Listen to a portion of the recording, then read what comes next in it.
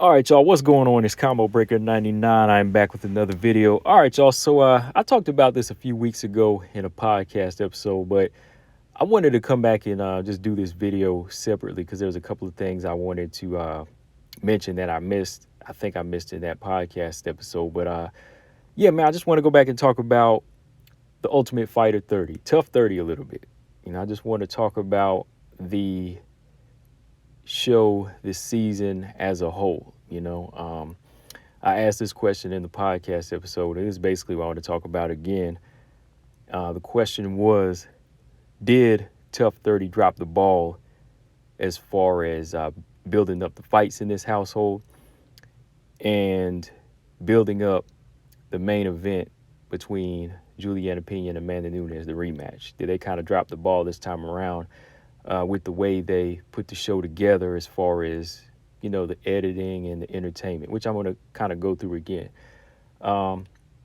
First off, I have to say my straight up answer to that question, did they drop the ball? Yes, I think they did.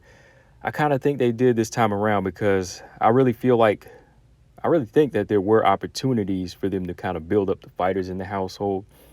They had plenty of fighters this time around that I think they could have capitalized on as far as just building them up, as far as, putting more emphasis on their characters, because they were bringing, some of the fighters in the household were bringing characters, not just interesting backstories, but they were kind of bringing some interesting life to the show, different attitudes, So I think they had that opportunity to build the fighters up and the main event, because this was a main event that a lot of WMMA fans, were anticipating, but also the casual fans, they needed to see this build up as well to understand that, look, Julianna Pena and Amanda Nunes, they're two serious fighters, and that last fight between Nunes and Pena was a huge upset in the world of WMMA. Some people just kind of thought it went under the radar, but, for me and, some of the hardcore fans, they know that this rematch was going to be a big thing, So I think they kind of missed that opportunity because, yeah, again, you had this big fight, big rivalry here that they could have kind of put some more fire to, and then you had the new fighters coming in that had a little bit more flair to them. For example, like Julianna Miller, Juju Miller, and even Muhammad Usman. The two winners of the show. They have some character about him. Not only is he Usman's brother, but he's a heavyweight. He's a heavyweight as well, and he's bringing some excitement to the game. Like, you don't have to go overboard with these fighters, but they still have to be sold. You don't have to sell out, but you still have to be sold, especially the women. The women already have a hard time as it is to be sold as fighters. There's still a lot of people in the world of MMA and UFC fans that don't want to see women fight, or they think they're boring. So this was a good opportunity for people to see these personalities, and then see these people with big personalities actually back it up with skills in their fights, right? So I think if they kind of would have focused on these fighters and kept a lot of the footage in, because, fighters like Juju Miller, they can't hold it back. They're going to act out a little bit or be themselves. So a lot of that footage, to me, should have been kept in, which I'll talk about the editing here in a minute. That would have livened up the house. Juju Miller, she's an outgoing person. She's scrappy. There was times that, she had got into it with some of the other fighters, but I think it was just kind of downplayed. So I think on her own, she did a good job selling herself, and putting herself out there, because she was kind of the more memorable fighter out there, with her being the woman. So to me, this was that time for even the editors and the cameramen and the producers to say, okay, we got to build this girl up, kind of like how they did with Rose Namajunas back in the strawweight house 8 years ago. They were egging her on as the next Ronda Rousey. I mean, we all knew she wasn't at the time, but they were already calling her that, because, she had this thug rose personality, and, she was the youngest, and, she was attractive, and, she was winning all these fights in the house. So there was a lot going for her. And at that time, they really did kind of capitalize on pushing her in the house. But this time around, you had Juju Miller, and, she's coming with personality, love her or hate her, that type of persona. And, she's kind of going head to head with some of these other girls. But they weren't really pushing that this time, and which leads me to the editing. They kind of left a lot of that stuff out. A lot of the storyline just kind of went through the cracks. They did a good job at bringing out some of the backstories, and letting the fighters talk and try to fill the fans in on who they are and why they fight. Which I always like that. I like that. I have no problem with that. But when it comes down to potential rivalries and like many little beefs and disagreements in the house, which that always kind of livens up the show, they weren't really mentioned. A lot of stuff was left unexplained. For example, Juju Miller and Brogan Sanchez. Juju Miller and Brogan Sanchez, we didn't really know they had this type of beef towards each other or just dislike, because they just cut a lot of the stuff out. Like, a lot of this stuff was brought up at the pre-fight interviews whenever Juju was talking about how they were, running around the house spraying silly string, and she hit Brogan Sanchez in the face with some, and, she came at her later on, and, just expressed her dislike for it, so there was little things like that. And, Juju said there was a lot of stuff that was just left on the cutting room floor that didn't play in the show, which I also probably know has something to do with Caitlin Neal, because apparently there must have been some tension between her and Caitlin Neal, because after that fight, after Juju Miller beat her, Caitlin Neal was like, I feel embarrassed for losing to somebody like Julianna Miller, So that kind of, went over our heads. We were like, okay, why is she saying that about Juju this way? Like, she's embarrassed about losing to somebody like her. I mean, Juju came in there and showed skills, improvement, and beat her, straight up. It wasn't no controversial decision or anything. She just beat her, and the best fighter won that night. But to Caitlin Neal, it was like, I feel embarrassed losing to somebody like that. So to me, that seemed a little bit deeper. Like, you feel embarrassed losing to somebody like that because you probably don't like that person for whatever reason. But we never got word of that, right? So when a lot of that stuff went unnoticed and they just left things unexplained, it kind of let the show just go flat. And like I said, I have no problem with, little side stories and more, positivity in there. But here and there, you still need to touch on the tension and the bad blood in the house, because, you're still dealing with fighting. People are still punching each other in the face. That's why I'm saying, like, I may not be down for all the ignorance and, just pushing and name calling and chair throwing, but I know this is still a sport where you hit other people in the face, you choke people out till they pass out, right? So I know that there still needs to be some type of bad blood that's built up between two fighters to make it a little bit more interesting. For example, if you go all the way back to Rampage Jackson and Rashad Evans, or again, you go to the TUF House, the strawweight edition with all the girls in there, Heather Jo Clark and Beck Rollins and Rose and Randa, what was their names? The Scrap Pack, them girls, Angela Magana and Carla and Angela Hill, they were running around the house like bullying other girls, or so-called just being the mean girls, right? So it made you want to either love them or hate them, or want to see them get their behinds handed to them when they fought somebody like Tisha Torres or JoJo or somebody like that in the house, right? You wanted to see that type of payback, right? Because it's still a show. It's still a show. Reality shows it just doesn't have your basic script like a sitcom or something, but it still needs to have some type of definition to it, like these other shows. You got to have your protagonist and antagonist, right?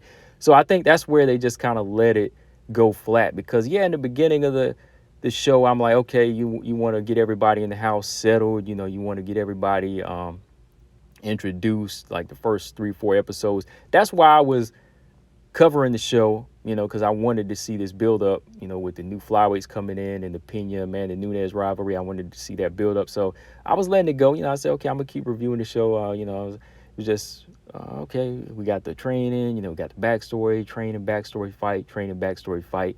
And it kept going like that for the next 5 episodes. Like, nothing was really being said, right? Like, no build up between Pena and Nunes. Nothing really being put on the spotlight with Juju, even though I know she has that kind of character that a lot of people are going to either love or hate, but we still weren't getting that. So after the 6th episode, I just stopped reviewing them on my channel. I just stopped reviewing it altogether, and I just started watching the fights, and I started talking about the fights more, y'all know. So I just had to kind of, put it to the side like that because the rest of the show was just kind of going flat. The fights were good, but the rest of the show was just kind of going flat for me because there was no tension or build up between these fighters. And like I said, you still need that to really build up these ratings and build up these fights, especially when you're dealing with women, right? It's still entertainment. And with that, I do want to talk a little bit about Pena Nunes here in a minute too. But like I said, it's entertainment because not everybody just wants to hear the backstory. They still want to see a little bit more of like the contrast to attitudes because that'll make the fight even more exciting. Like I like that they focused on the training, but if there was bad blood in the house, they should have just stuck to it like before. They should have just stuck to it like before, stuck to it because it is entertainment, especially when you leading up to a big fight. We already know that the fight game ain't pretty. Like I said, I'm not a fan of ignorance and a bunch of BS, but a little drama here and there was good because this being a fight game, we need fighters that are not going to like each other. We still need that. And, egos are going to clash. We know that. Personalities, they're going to clash. And sometimes people just don't like each other. That's just how it's going to be. So fans, I think they'll relate to that more and they'll want to tune in more to see how they'll act to each other on the next episode. Like, are they really going to throw down this time in the house? Or somebody going to throw something at somebody? Are they going to get matched up? And, we're going to see like a bloodbath. Because like I said, I had to stop reviewing after that because I wasn't really getting any more out of it, right? But yeah, that's how I felt about the heavyweights too as well, the heavyweights and the flyweights, that I think this time around, the TUF show, they just kind of dropped the ball on promoting these fighters. They had a good chance to promote because these are the two most exciting divisions too right now in the UFC to me. Well, I'll still say the women's strawweight is still a little bit above the women's flyweight, but this is the division that's really starting to grow now. This is the division where a lot of women are starting to grow, the women's flyweight division, right? So this is one set of fighters they had coming in that I think they could really, like I said, put more shine on. And again, you got one of the most exciting divisions in combat sports, period, in the heavyweight division for men, right? So that's another division that I think you could have tried to build up more, put more, like I said, more of the drama out if there was, not try to cut so much out. So yeah, I think they kind of dropped the ball on promoting these heavyweights and these flyweights coming in. But the one I think they really dropped the ball on is Julianna Pena and Amanda Nunes this time around. Because I know Julianna Pena said she had some stuff planned, like some pranks. Yeah, the pranks didn't really seem like, okay, that doesn't really seem like we can do that because it might cause some harm. Like I know she wanted to do some jackass stuff where they're going to lock Amanda in with a bear or a lion or something like that. Okay, that might be a little overboard. But if they wanted to poke Amanda a little bit and get her going, maybe they could have did something, where they had these two face off a lot more, or lock these two in a room together, like not literally lock them in like a closet together and just, get them riled up like that, but get them involved in like activities in the house where they have to face off or they have to communicate a little bit more to get under each other's skins, right? Because this is a big fight. This is a big fight. If you really want to keep women getting main events, this was a main event on a pay-per-view. So if you want to continue to get women on pay-per-view events like this as the main headliner, you have to do certain things and you have to put these personalities out there and get them riled up so people can see. Just like if you're making a Godzilla and a King Kong movie, you got to make these two on one side. You have to put King Kong on one side, Godzilla on one side of the movie. You have to make these characters either likable or hateable and build them up. And then when they finally meet for that big final clash, it has to pay off. It has to pay off like that because people are not going to continue to support WMMA unless they're going all out. And there's certain situations like, really, really bad, really bad blood between two like these two. They're not going to pay for these type of fights unless they're guaranteed something like that. unless they're guaranteed something like that at this point. Um, I think, yeah, like I said before, these two have contrasting personalities. So I think there was a way they could have capitalized on it. Like I said, if they didn't want to do the pranks thing, there could have been some other ways. I think they could have really went in to get these two going. I mean, this is a show. These are producers. They know what they're doing. They really know what they're doing, and it all comes down to it. But yeah, man. Final thoughts. Like I said, I just want to come back through and just kind of discuss that again because there's a couple things I left out. But yeah, overall, did they drop the ball? I think so this time around. Hopefully, if they bring in some more of the women for whatever division, strawweight, that they put some spotlights on the characters again, whether the fighters with the characters, if they put the spotlights on them more, you know whether people like them or not, they don't cut a lot of this stuff. Hopefully they don't cut a lot of this stuff out again. But yeah, overall, like I said, the fights were good. I liked the performances of the fighters. We had some good knockouts. Usman was bringing it. So overall, they paid off when it came down to getting into the cage. But I think when you don't have a good buildup, people will start tuning out, and when they don't watch, and then when they don't see the good buildup before the actual fight, they turn it off, so they wind up missing the fight, or they wind up saying, okay, well, this is kind of boring, interaction between the coaches, so why should I watch them fight? You know what I mean? Like if they see Juju just doing this or, just telling the same old thing, eventually people will just turn it off and then they'll miss the fight altogether. So you have to have something that's going to, attract them and keep them in. See, me being a hardcore fan, I was going to sit through it and check it out anyway. But eventually, I was just avoiding watching the show and just watching the actual fight. I mean, I would go back and watch the show, but sometimes like I said, halfway through, I just started watching the fight first, then just kind of rewinding and skipping around and catching up on what was said in there. But yeah, there was really never any there's really never any time I thought there was going to be like some big tension going on there, so I was just like tuned out. But yeah, that was just me though. I think that was some of y'all too. Y'all commented as well, but let me know in the comment section how y'all feel, what you think they need to do next time around. They need to just keep that same formula like they did in the past on these other seasons of TUF, or do you think they tried to water it down too much? I don't know why, because yeah, when you think about it, like I said, it is a fight game. I mean, you ain't got to be ignorant, but at least you can just go in there and say, okay, we got to make some type of rivalry in this house, because that's what still makes the fight game, right? Combo Breaker 99, I'm out. Subscribe. Peace.